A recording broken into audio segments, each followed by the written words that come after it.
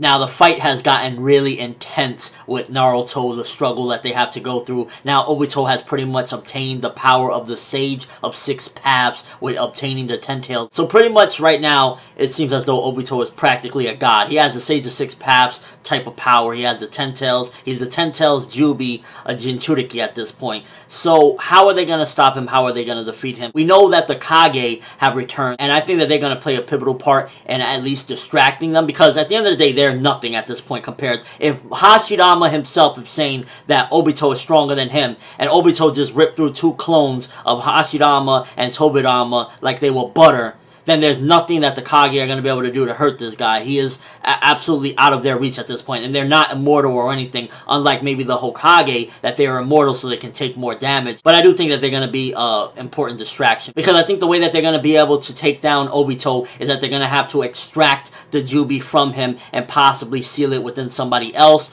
or something along those lines, because I think that the Jubi itself is going to have to be extracted from Obito in order to defeat him. There's no way that with that particular power they're going to be able to stop him. He's ripping through the Hokages, the strongest of the freaking era, the strongest of all time, aside from the Sage himself. He ripped through them like nothing. So that's how I think they're going to have to be able to defeat him, but they're going to need power. They're not going to be able to do this on just, you know, what they even have now. Even though they have the strongest of the strongest, they're still not going to be able to do it. And here's where I think Naruto's part is going to play the biggest role in it, and that's, first of all, Minato's power that he has. Minato has the rest of the chakra of the Kyuubi within him.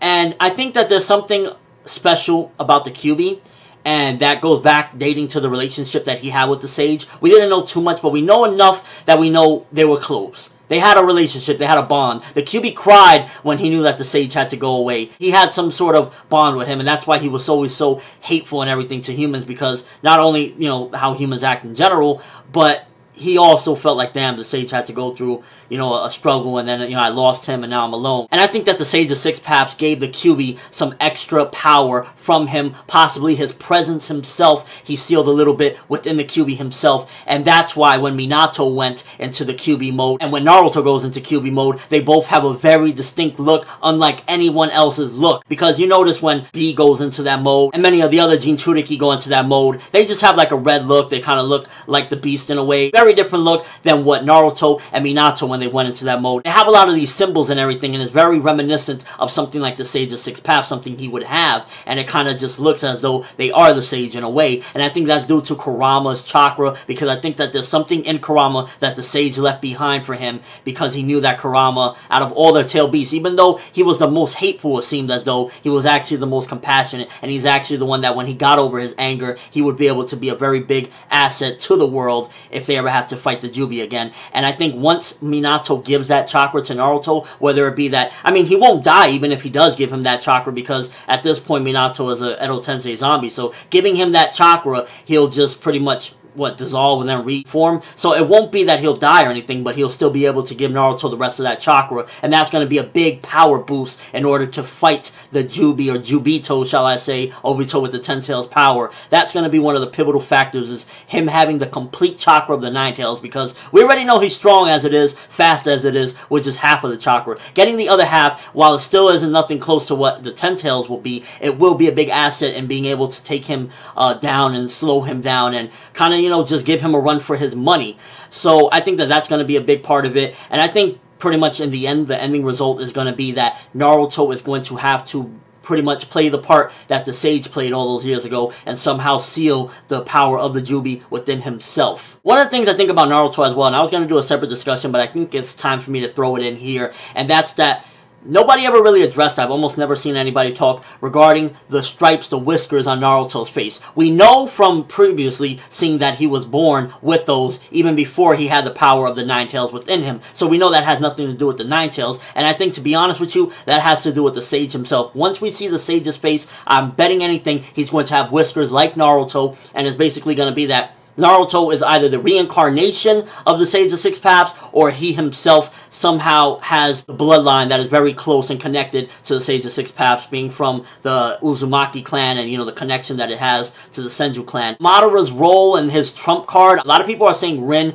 but why would he have a trump card of Rin when he didn't even expect that Obito would be able to get this power and trick him into getting the power of the 10 tails inside of him? So I highly doubt that it's Rin. If it is, I'd kind of be very disappointed. I think that Madara's trump card is going to have something to do with either A, the cells that he obtained from Hashirama, maybe something connected with the moon, maybe something to do with the Moon Eye plan, possibly B, using Izanami to trap Obito into accepting his destiny, which is something that Obito really needs in a way, is like keep being trapped in a never-ending loop until he accepts what it is, and at the end of the day that life goes on and people die, you gotta just accept it, which would be freaking crazy, but fate very fitting for Obito. By the way, with B still having the 8 tails inside of him, I still think there's a possibility that B will die and somehow that Biju will be extracted and either put into Naruto or something. I think that at the end of all of this, the Biju are all going to be pretty much sealed away and then separated, and they'll be reborn at a later time, but I think that pretty much they're going to disappear for a point in time,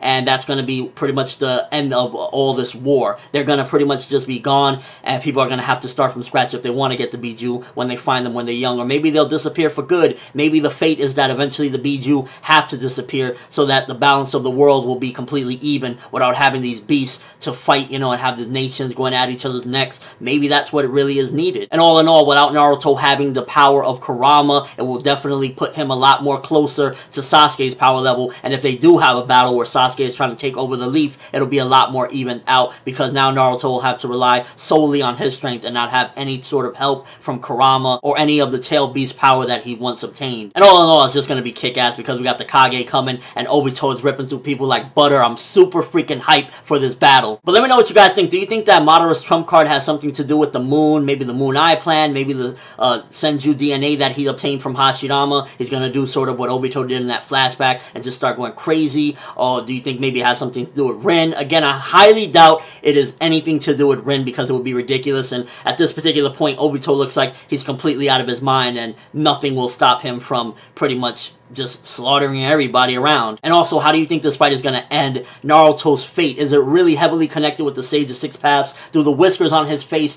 have some sort of connection to the Sage, and when the Sage was alive, he pretty much had that same look on his face, and when we do see it again, maybe he'll have that look? And just your overall thoughts on how this battle is going to go down. Who will die? Who will live? And overall, how is it going to end? But that's all I have for this video. Thanks for watching. Hope you enjoyed. Thumbs up if you can't wait to see the climax of this particular battle, because it is getting even more intense, and now Obito is a serious problem for not only the Shinobi Alliance, but the entire Shinobi world. I'm Forever World, and as always, people, have an awesome day.